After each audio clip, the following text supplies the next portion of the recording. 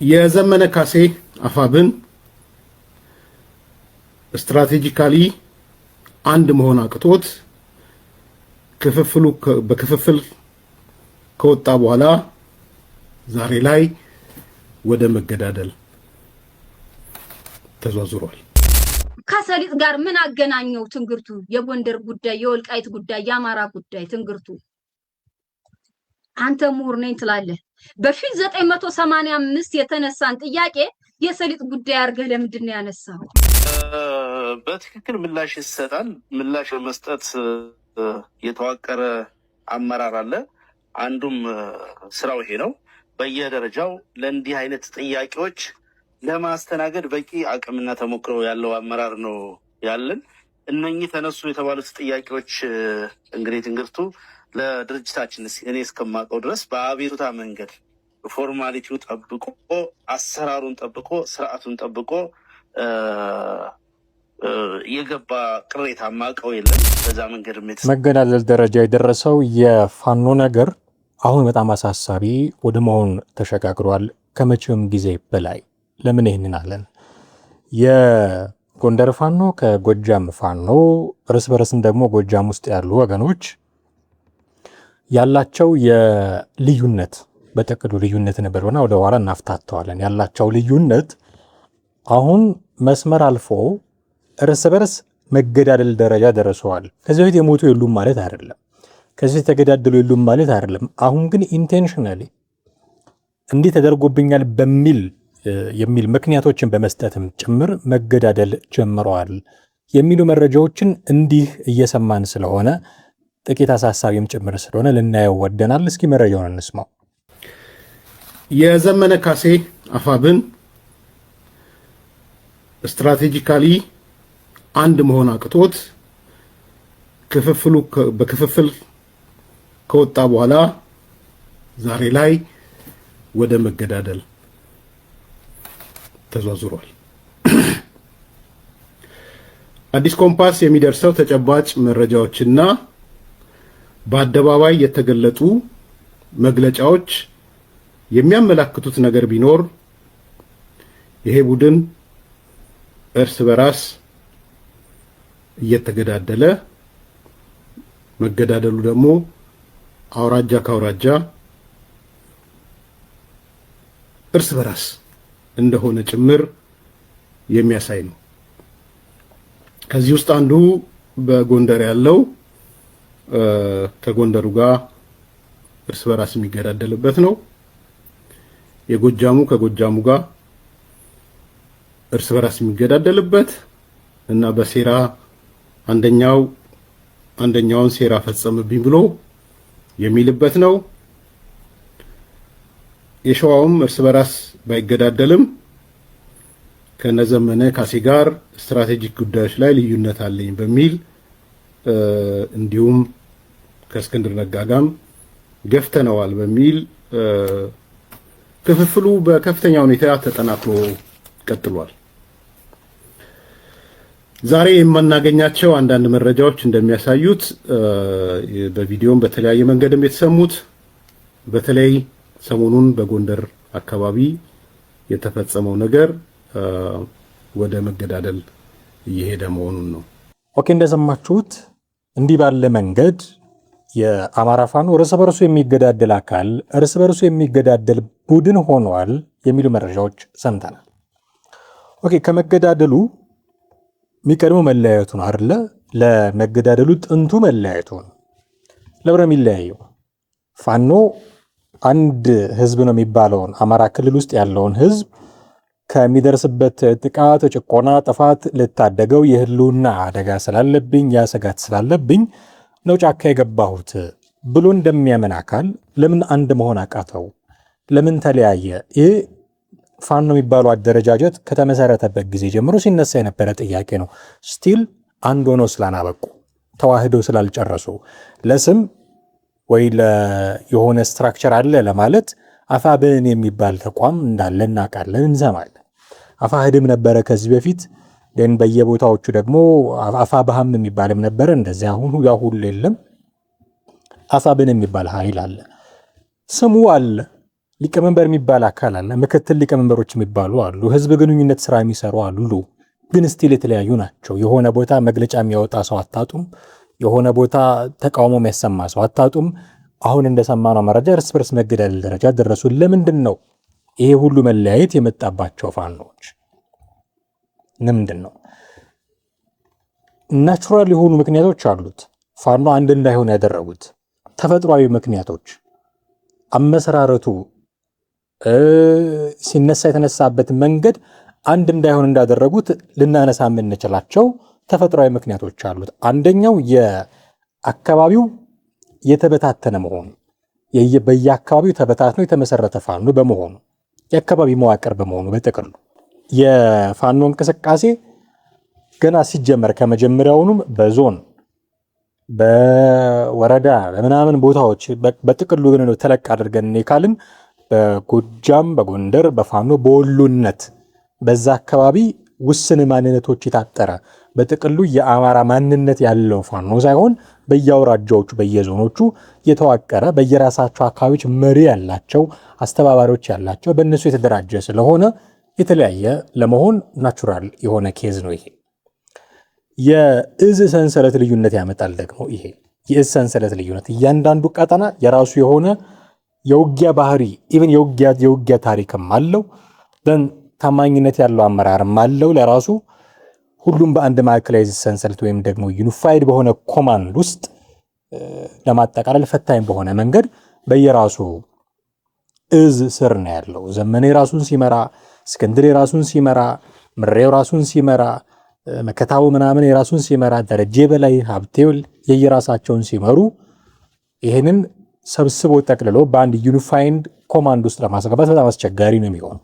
ይህ ናቹራል የሆነ ምክንያት ነው። ሲጀመር ቦተም ቱ ቶፕ ነው የፋኖ አመሰራረት።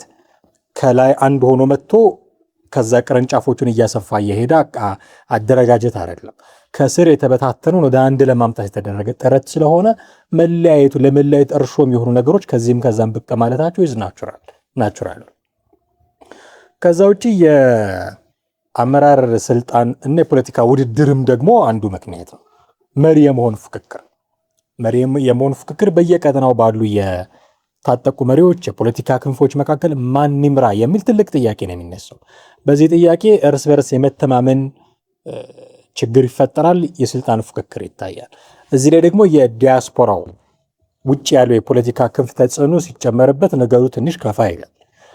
ከውጭ ሆኖ በዲያስፖራ ያሉ የፖለቲካ በሀሳብ የሚደግፉ የገንዘብ ደጋፊዎችም አሏቸው። እነሱም ሲጨመሩበት ቡድኖቹ ለይተው መደገፍም ማዝማሚያ ሲያሳዩ በስራቸው ባሉ እንቅስቃሴዎች መካከል መከፋፈል፣ ንጽጽር፣ ፉክክር እንዲፈጠር ያደርጋል። እንዲህ ያለው የስልጣን ፉክክር እዚህ የስልጣን ፉክክር ላይ ደግሞ የውጭ ያሉ ዲያስፖራዎች ተጽዕኖ ሲጨመርበት ነገሩ ከፋ ይላል። አንድ ለመሆን ብዙ ሲያዳግተው የምናስተውለው ከዚህም የመጣ ሊሆን ይችላል። የስትራቴጂ የራዕይ ልዩነቶችም ደግሞ ክፍፍሉን ሊያመጣ ይችላል። ልዩነት አላቸው። አንዳንዶቹ ቡድኖች ትኩረታቸው በክልላዊ ደህንነት መብትን በማስከበር ላይ ብቻ ያተኮረ ነው። አማራ ክልልን መያዝ፣ እዛ አካባቢ ያሉ መብቶችን ማስከበር፣ ክልላዊ ደህንነትን ማስጠበቅ ብቻ ትኩረት ያደረገ ነው። ሌሎች ደግሞ ሀገራዊ ፖለቲካና የመንግስት ለውጥ ላይ ያተኮረ ራዕይ አላቸው። ይሄ በጣም ኮምፕሊትሊ የተለያየ ነው። ገና ሲጀምር ነገሩ መነሻችን አማራ መዳረሻችን ኢትዮጵያ በሚልና መነሻችን አማራ መዳረሻችንም አማራ በሚል ሁለት የተለያየ ጎራ ነገርየው የተለየ ነበረ። መነሻችን አማራ መድረሻችን ኢትዮጵያ የሚለው እስክንድር ነጋ ነበረ፣ ታስታውሳላችሁ። መነሻችን መድረሻችን አማራ ይል የነበረው ደግሞ ዘመነ ካሴ ነበር። አሁን ዘመነ ካሴ የምንጠይቀው መነሻ መድረሻ አማራ ይላሉ። ያይዳውት ጠራጠራለሁ። መነሻ አማራ ነው ኦፍ ኮርስ፣ ግን መዳረሻ 4 ኪሎ ነው እንደሚል ግልጽ ነው። ምክንያቱም የምንታገለው ለስልጣን ነው፣ እየመጣን ነው፣ መዳረሻችን 4 ኪሎ ነው የሚሉ በርካታ ነገሮችን ሲናገር ስለሰማ ነው። ያኔ ግን እንደ ልዩነት መንገድ የመጣው አንዱ መነሻና መድረሻን ለይቶ አለማወቅ ነበር። የትግል ዘዴ የሚመሩት የትግል ዘዴም ብዙ ይለያቸዋል። ከፖለቲካ ውድድር፣ ከውይይት፣ ከወታደራዊ እርምጃ አጠቃቀም በተያያዘ ቡድኖች በጣም የተለያየ ስትራቴጂ ሊከተሉ ይችላሉ። ከማን ጋር ነው አብረን የምንሰራው በሚሉም ሊለያዩ ይችላሉ። ዘን ትልቁ ደግሞ የጂኦግራፊ ፈተና ነው። አንድ እንዳይሆን ያደረጋቸው የጂኦግራፊ ፈተና ነው። የሚገናኙበት መንገድ የላቸውም ብዙዎቹ ፋኖች። አማራ ክልል በጣም ሰፊ ክልል ነው። ሰፊ የሆነ የህዝብ ቁጥር ያለበት ክልል ነው እና በጂኦግራፊ ርቀት የተነሳ ቡድኖቹ በተለያዩ ሰፊ የካርታ አካባቢ በካርታ ላይ ቢሳሉ ሊለዩ በሚችሉ በጣም ሰፊ ርቀት ባላቸው አካባቢዎች መሰራጨታቸው እና ንቁ ውጊያ ባለበት ሁኔታ ውስጥም ደግሞ ማዕከላዊ ኮሚኒኬሽን መቆጣጠር አይቻልም። ያንን የሚቆጣጠረው መንግስት አካል ስለሆነ እንደልባቸው በኮሚኒኬሽን መገናኘት አይችሉም። ያን የኮሚኒኬሽን ጉዳይ የጂኦግራፊውን ጉዳይ የሚያጠብላቸው ኮሚኒኬሽን ነበር፣ የቴሌኮም መስመር ነበር። እሱን አሁን በመንግስት ቁጥጥር ስር ስለሆነ እንደልባቸው ሊገናኙም አይችሉም። አልፎ ተርፎ የሚገናኟቸው ነገሮች ራሱ ሊክ እያደረጉ እየወጡ የሶሻል ሚዲያ ቀለብ ነው የሆኑት። እርስ በርስ መሰዳደቢያ መንገድ ነው የሆኑት። እርስ በርስ መወጋገዣ መንገድ ነው የሆኑት። ስለዚህ ጂኦግራፊውም የራሱ የሆነ ትልቅ አስተዋጽኦ አለው መከፋፈላቸው ላይ። የሀብት ክፍፍል ጥቅም የሚባሉ ነገሮች ደግሞ በኋላ ይነሳሉ። የትጥቅምም ድጋፍ የሚያደርጉላቸው ካሉ፣ የገንዘብ ድጋፍ የሚያደርጉላቸው ካሉ፣ የሎጂስቲክስ ድጋፍ የሚያደርጉላቸው ካሉ ይሄ ለኔ ነው የሚገባኝ በሚል እርስ በርስ ሊከፋፈሉ ይችላሉ። ምንጩ ደግሞ ማዕከላዊ አይደለም ሲጀምር፣ ከዛም የሚመጣ ነው።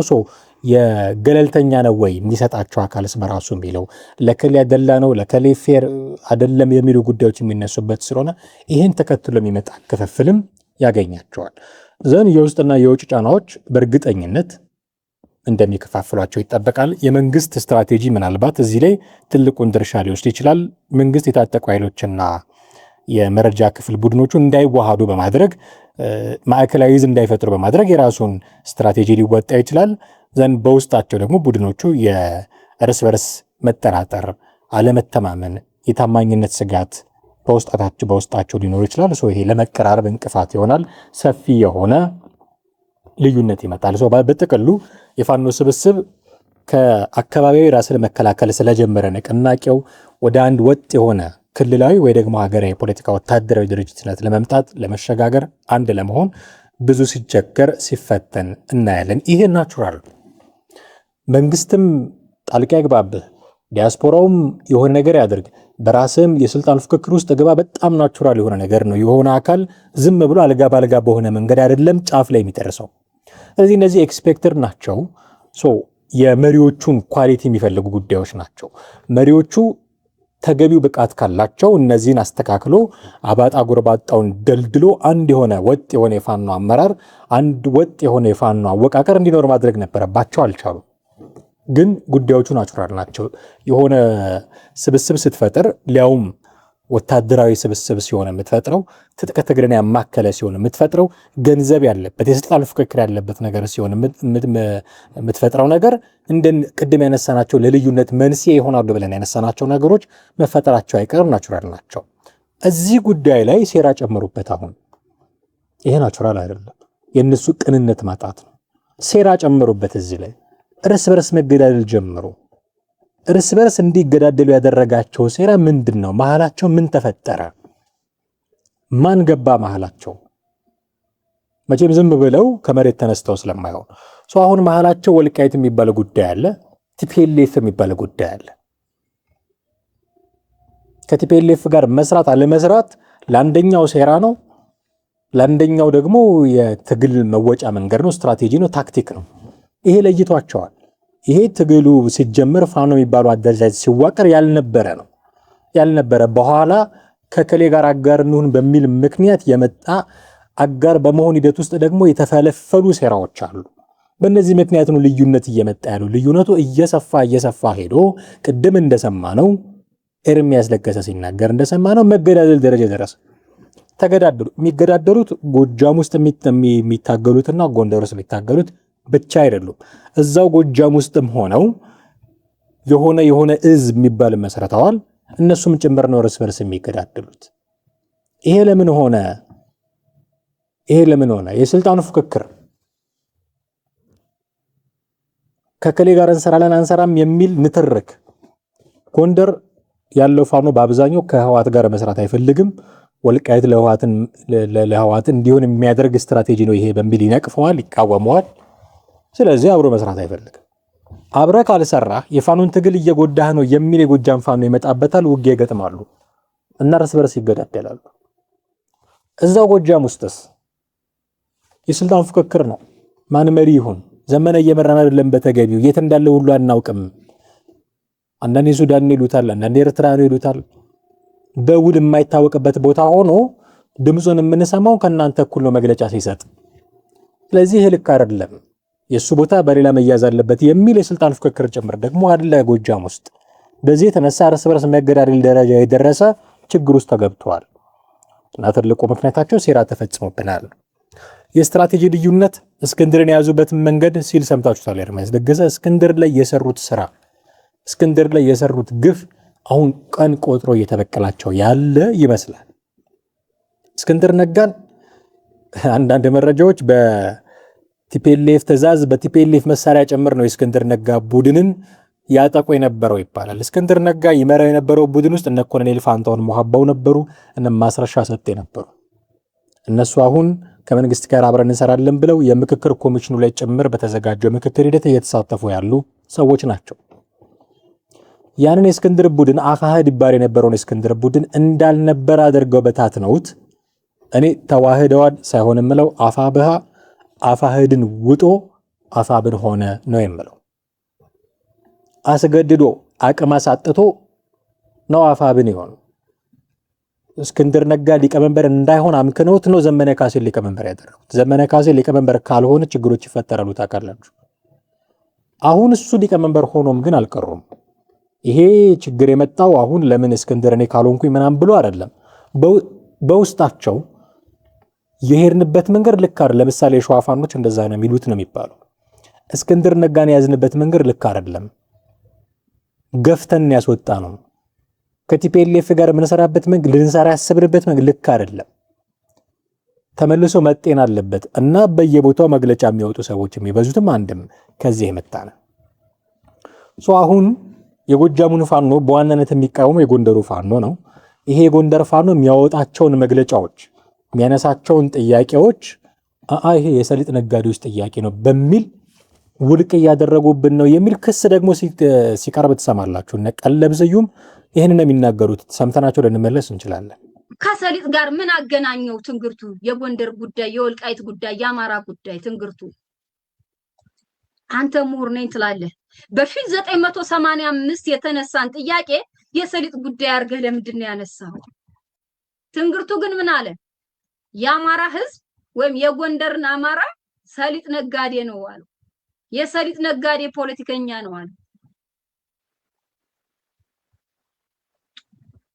እኔ ሙላት ይሄ ንግግር የመጣው እንግዲህ የጎንደር በላይ ዘለቀና የጠቅላይ ግዛቱ ውህደት ፈጽመዋል ብለው የመጀመሪያ መግለጫ ልከው ነበር ሙላት። ያን መግለጫ ርስትና ማንነት ላይ አንደራደርም፣ በአጠቃላይ የአማራ ጥያቄዎች ላይ አንደራደር የሚል መግለጫ ወጥተዋል። የነ ትንግርቱ መልስ ይሄ መልስ ለዛ መግለጫ የወጣ መልስ ነው። በነገራችን ላይ የጎንደር ፋኖ ያወጣውን መግለጫ ነው እየተቃወሙ ያሉት። የጎንደር ፋኖ በርስትና ማንነታችን አንደራደርም፣ በአማራ ህዝብ ጥያቄ አንደራደርም፣ ከፍ ሲል በብሔራዊ አንድነታችን በብሔራዊ ጥቅማችን ጉዳይ አንደራደርም ብሎ ስላለ በማር በተለወሰ ንግግራቸው ምን አሉ? የሰሊጥ ነጋዴው አሉ። እንደሰማችሁት ነው። የጎንደሩን ጉዳይ የሰሊጥ ነጋዴ ጥያቄ ያደረጉብን የሚል ክስ ነው እየቀረበ ያለው። ምን ማለት ነው? ይሄ መቃወም አትችልም ማለት ነው። ዘመነ ካሴ የሚመራውን አደረጃጀት አፋብንን መቃወም አትችልም ማለት ነው። ከተቃወምክ አማራ አይደለህም። አማራነትን በደብዳቤ ሊሰጡ የሚፈልጉ ሰዎች አሉ። አማራነትን መስጠትም መንሳትም የሚፈልጉ ሰዎች አሉ። አንተ ከተቃወምክ፣ ዘመነ ካሴ የሚመራውን አደረጃጀት ከተቃወምክ፣ ቤዙን ጎጃም ያደረገውን አደረጃጀት ከተቃወምክ፣ የትም ሁን ጎንደርም ሁን ጎጃም፣ ወሎም ሁን ሸዋ፣ አንተ አማራ አይደለህም ማለት ነው። ለነሱ አማራ ስላልሆንክ ነው ይሄንን የምትቃወመው ማለት ነው። ምንም ምክንያት የለህም ማለት ነው። በእነሱ አገላለጽ እንደዛ ነው። ከተቃወምክ አማራ አይደለም። ከተቃወምክ የፋኖ ጠላት ተደርገህ ትሳላለህ። እከሌ የሚባል የፋኖ ጠላት የሚል የማህበራዊ ሚዲያ ዘመቻ ይጀመርብሃል። ጥያቄ መጠየቅ አትችልም ማለት ነው። ከተቃወምክ በቃ የፋኖ ጠላት። ከተቃወምክ እርምጃ ሁሉ ሊወሰድብህ ይችላል። ከዚህ በፊት ዝናቡ ድንገረው የሚባል ሰው ማርሸትን አግቶ እንደዚህ የሚባሉ ጉዳዮች ሰምተን ነበር አይደል? እርስ በርስ ባሉ ጉዳዮች እንደዚህ ያደርግ የነበረ ቡድን ከሌላ አውራጃ የሚመጣ ቡድን እንዴት ትሬት ሊያደርግ እንደሚችል አስቡት። እርምጃ ሁሉ ሊያስወስድ የሚችል ጥፋት ነው የሚሆነው። መቃወም አትችልም። በፍጹም መቃወም አትችልም። ከተቃወምክ እርምጃ ሁሉ ሊወሰድብህ ይችላል። እንደ ተቃውሞ የሚቆጠረው ምኑ ነው የምትለው? አሁን ኦኬ የጎንደር ፋኖን ነው አይደለ ተቃውሞናል እያሉ ያሉት። ጎንደር ፋኖ ምን ብሎ ነው የጎጃው ምን ፋኖ ወይ ደግሞ አፋብንን ወይ ደግሞ ዘመነ ካሴ የሚመራውን አደረጃጀት ተቃወመ? ይሄ ተቃውሞ ደግሞ የሰሊጥ ነጋዴዎች እንቅስቃሴ ነው የሚል ፍረጃ ውስጥ ያስገባው ድምፅ የቱ ድምፅ ነው? ምን ስላሉ ነው? እንደ ተቃውሞ የተቆጠረው ድምፅ ምንድን ነው? በአማራ ጥያቄዎች ላይ አልደራደርም ማለታቸው። የጎንደር ፋኖች በአማራ ጥያቄዎች ላይ አልደራደርም፣ በብሔራዊ አንድነታችን ላይ አንደራደርም የሚል አቋም መያዛቸው ተቃውሞ ተደርጎ ተወስዷል። ይሄ ተቃውሞ ተደርጎ ተወስዷል ማለት ቅድም ምን ስንል ነበረ? ከተቃወም ከአማራ አይደለም ስንል አልነበር? ይሄ ከተቃውሞ ጎራ ከተፈረጀ የጎንደር ፋኖን አማራ አይደለም እያሉት ነው። የጎንደር ፋኖን የፋኖ ጠላት ነህ እያሉት ነው።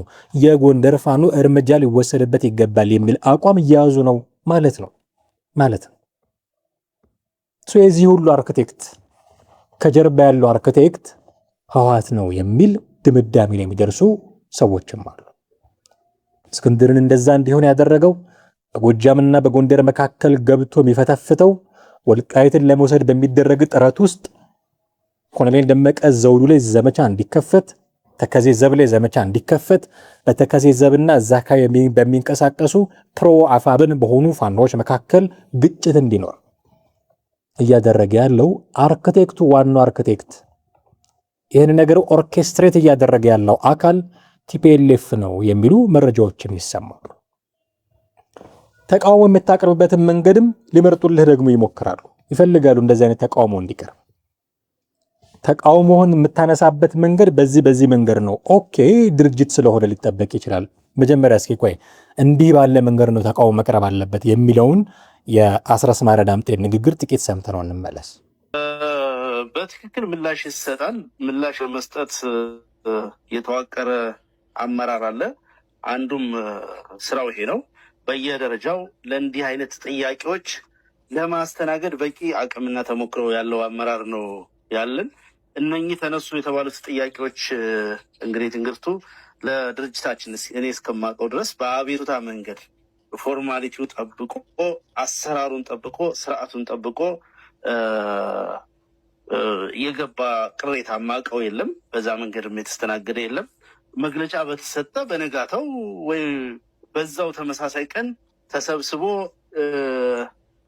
እንዲሁ ዝም ብሎ የሆነ ዋርካ ስር እየተገኙ ሁልጊዜ ወደኋላ የሚጎትት ነገር ማድረግ ተገቢነት የለውም። በነገራችን ላይ ትንግርቱ የጎንደሩን አንድነት ለመስራት በጣም ከፍተኛ ዋጋ ከፍለንበታል።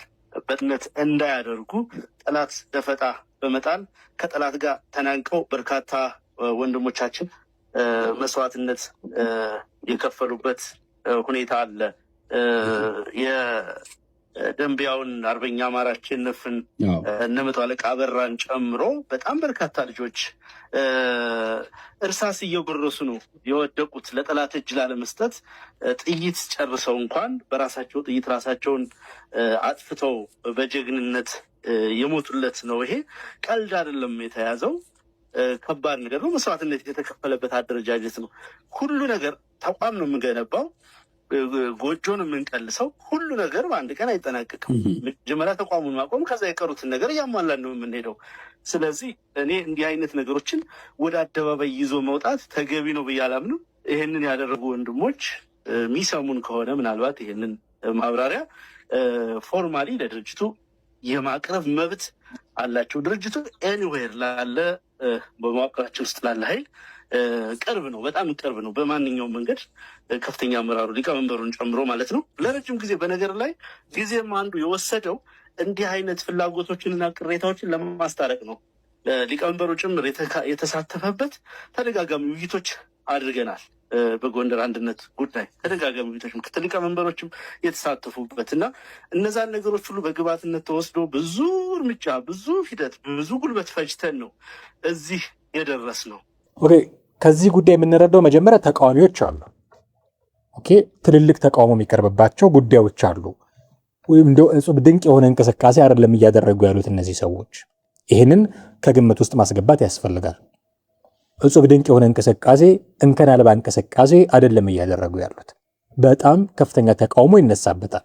አሁን የነሱ ችግራቸው ምንድነው? ተቃውሞ የሚቀርብበት መንገድ ነው ሊመርጡልህ የፈለጉት። አስረስ ምንድን ነው ያለው? መዋቅሩን ጠብቆ የቀረበ የተቃውሞ ጥያቄ የለም፣ አልሰማንም። ማቅረብ ትችላላችሁ፣ ግን እስካሁን የደረሰ የለም። በየዋርካው ስር የተሰበሰባችሁ መግለጫ ብታወጡ የምናውቀው ነገር የለም ነው። ማን ነው በየዋርካው ስር የተሰበሰበ መግለጫ ያወጣው? ሐምሌ 5 ታሪካዊ ቀናችን ብሎ መግለጫ ያወጣው ማን ነው? ከየት ነው ይህንን ድምፅ የሰማ ነው? ከጎንደር። ስለዚህ የጎንደር አንድነትን ተቃውማችሁ በየዋርካው ስር መግለጫ የምታወጡ አካላት አስቡበት።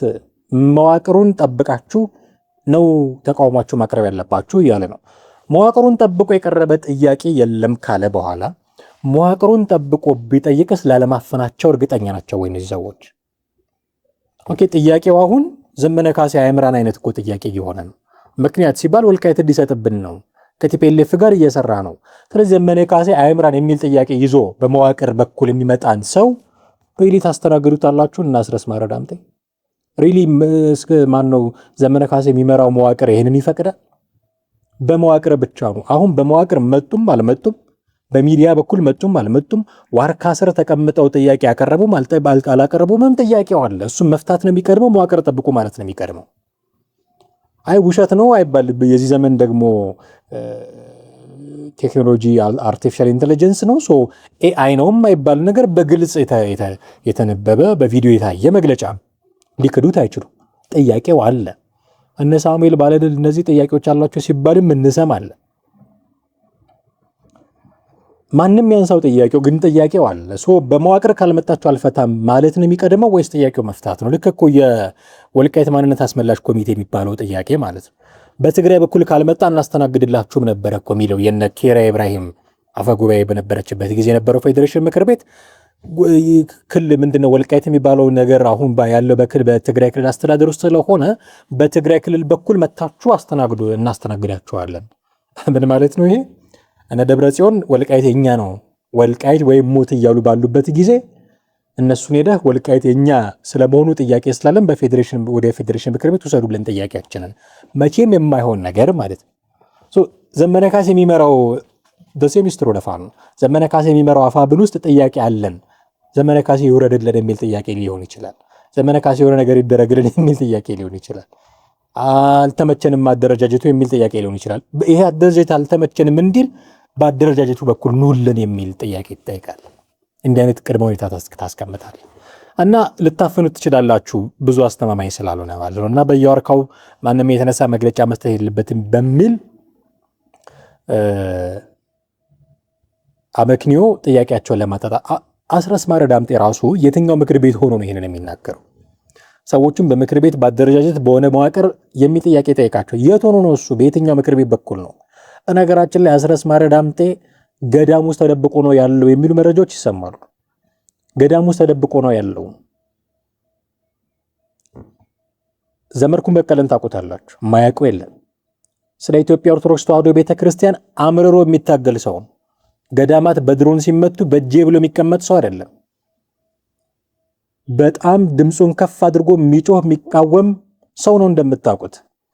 ባለፈው ገዳም ውስጥ መነኮሳት ተገድሉ ተብሎ የተሰነዘረውን ጥቃት እዛ ውስጥ ፋኖች ስለነበሩ ነው ብሎ ሚስጥር አውጥቷል። ለመንግስት በማደር አጠረጥሩትም መቼም ዘመድኩን በቀለ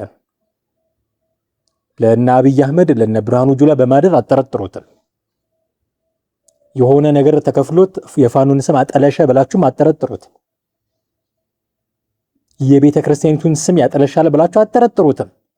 ከሁሉም አስቀድሞ ለቤተ ክርስቲያን እና ለኢትዮጵያዊነት ይታገላል። አትሊስት በምናየው ከጀርባ ያለው ነገር አናውቅም። እሺ በምናየው እንዲህ የሚታገለው ሰው ለማተቤ ለክሬ ነው ምጮኸው ምለፈልፈው ብሎ የሚለው ሰው የባለፈውን የአርሴማ ገዳምን ጥቃት ከፋኖ ጋር ነው ያያያዘው። ነበሩ እዛ ስለተደበቁ ነው። አርሴማ ገዳም አልወጣም ብሏቸው ከዳር ተቀምጡ። አሁን ይሄንን መነኩሴዎቹን ሄዳችሁ ብትሏቸው ለህይወታችሁ ይፈራል። ኧረ ምንም የለም። እንደውም ዮሴፍ አስማረ ሄዳችሁ ዮሴፍ አስማረ ኢቲ የሚለው ጋር ሄዳችሁ እሱ ኢንተርቪው ያደረጋቸው አለቃውን ምንድነው የሚላቸው? ማንም ሳይኖር ይላሉ እሳቸው ሳይጠይቁ ሌላ ምንም ሳይኖር ጸሎት ላይ ያሉትን አባቶች ሰላም ናቸው መጥቶ ጨፈጨፈብን ይላል። ከዛ ሌላ ነገር ሊናገሩ ሲሉ ይቆርጠዋል። ዮሴፍ አስማረ ማለት ዮሴፍ አስማረ ማለት ሃይማኖት ነው። በሃይማኖት ድርድር የለም፣ ድርድር የለም። እውነት እንኳን ቢሆን ዘመዴ ዝም ብለህ ለምን ዝም ብለው ለማተቤ መስሎኝ እዚህ ድርቅ ብዬ የምጮህ ይህንን በማድረግ ለመንግስት ገዳም ነው ያሉትና እየተደበደቡ ነው ያሉት ምናምን ያለበት ቦታ ካለና መንግስት ከደበደበው እዚህ ስላለን የተመታው አለ እና ይሄ መረጃ ሲሰማ አስረስ ማረ ዳምጤም የሆነ ገዳም ውስጥ ነው እያበለው የሚል መረጃ አብሮ እየወጣ ነው።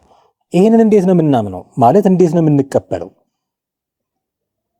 እሱ ገዳም ውስጥ ሆኖ በ30 ሚዲያ በስልክ መረጃ ስለሰጠ መዋቅሩን ጠብቋል ማለት አይደለም። የሆኑ አካላት ግን ዋርካ ስር ሆነው መግለጫ ስላነበቡ መዋቅሩን መጠበቅ አለባቸው ይላል። ዘመነ ካሴ ዋርካ ስር ሆኖ አይደል እንዴ መግለጫ ከስልኩ ላይ ከታብሌቱ ላይ የሚያነበው? እሱን መዋቅር ጠብቅ ለምን አላልከውም?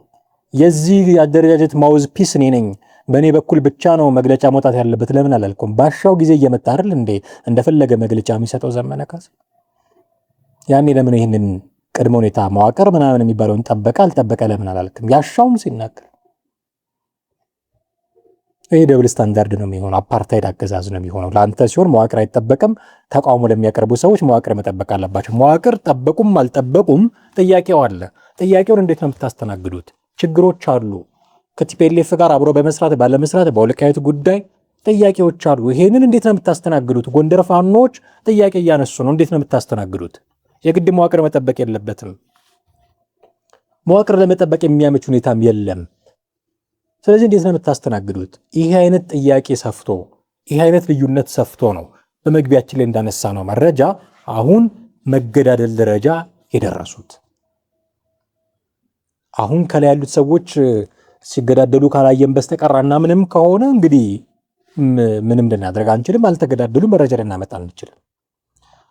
እርስ በርስ ግን መገዳደል አለ፣ መተኳኮስ አለ። ጫካ የገቡት መንግስት ላይ ሊተኩሱ አሁን የተገኙት እርስ በርሳቸው እየተታኮሱ ይሄንን እንዴት አንድል ማድረግ እንደሚችሉ ነበረኩ የሆነ ቴክኒክ ምናምን አዘጋጅቶ አመራር እንዳለ እንደሚችል ሰው ኳሊቲው አለኝ እንደሚል ሰው ይሄን ሴትል ማድረግ ነበር የሚጠበቀው። ያንን ማድረግ አልቻሉም። ይሄንን ካልቻሉ ምንድነው ቀጣዩ ነገር? እጣ ፈንታው ምንድነው? የፋኖስ የፋብልስ ነገር የሚል ጥያቄ ተያይዞ የሚነሳው አንድም ከዚህ ነው። ከከሌ ጋር ቀረበ አልቀረበ እኮ እነዚህ ሰዎች የመለያ አንድ ነጥብ ነው። ትንግርቱ ከጀዋር ጋር ቀረበ አልቀረበ፣ ትንግርቱ ከጀዋር ጋር ሲቀርብ የሚያሞግሱ ለምሳሌ እነ መዓዛ መሐመድ እንኳን ቀረበ የአማራን ጥያቄዎች ይዞ የአማራን መታጊያ አጀንዳዎች ይዞ ነው የቀረበው እንኳን ቀረበ ብላ ስታሞካሽ ነበረ፣ ሰምታችኋል። ይሄንን የማይቀበሉ ሰዎች የቀነጨረ አስተሳሰብ ያላቸው ናቸው ብላ በአደባባይ ተናግራለች። የሆነው ጎራ ደግሞ ይመጣና ማን ነው እሱ ቢቀርበው? ማን ነው እሱ? ዘመነ ካሴ ነው ወይ? ፋኖን ይወክላል ወይ? ማን ቀረብ ብሎት ነው የሚቀርበው? ጀዋር እኮ አማራን ያስፈጀ ነው፣ እንዴት ከሱ ጋር ይቀርባል? ይሄ ትልቅ መለያያ ሆኗቸዋል። ጫካ ሲገቡ የአማራን አንድነት እናመጣለን፣ ህልውናውን እናስጠብቃለን። አሁን ስናያቸው ከጀዋር ጋር በቀረበ ባልቀረበ የሚጣሉ ሰዎች ሰው ምን ቢያጣ ምን መለያያ ነገር ቢያጣ አንድ ሰው አንድ ግለሰብ የሆነ ቲክቶክ ዩቲዩብ ሚዲያ ላይ ቀረበ ከከሌ ጋር ተብሎ እንዴት በዚህ ደረጃ ይለያያል? ትግሉን ትተውት ሌላ ትንግርቱና ፕሮፌዝ ማን ነው ጀዋር ላይ ያተኩረዋል። የትስ ቢቀርብ ትንግርቱ የፋኑ ትግል ለምን በዚህ ደረጃ ይጎዳዋል?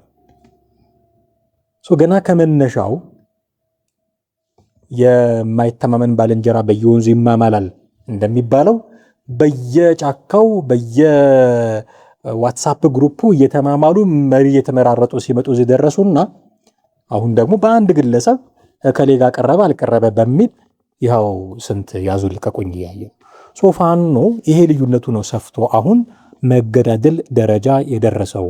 መሪዎቹ ለዘመነ ካሴና ምሬ ወዳጆ ይሄንን እንዴት ነው ሴትል የሚያደርጉት? ትልቁ ጥያቄ ይሄ ይመስለኛል።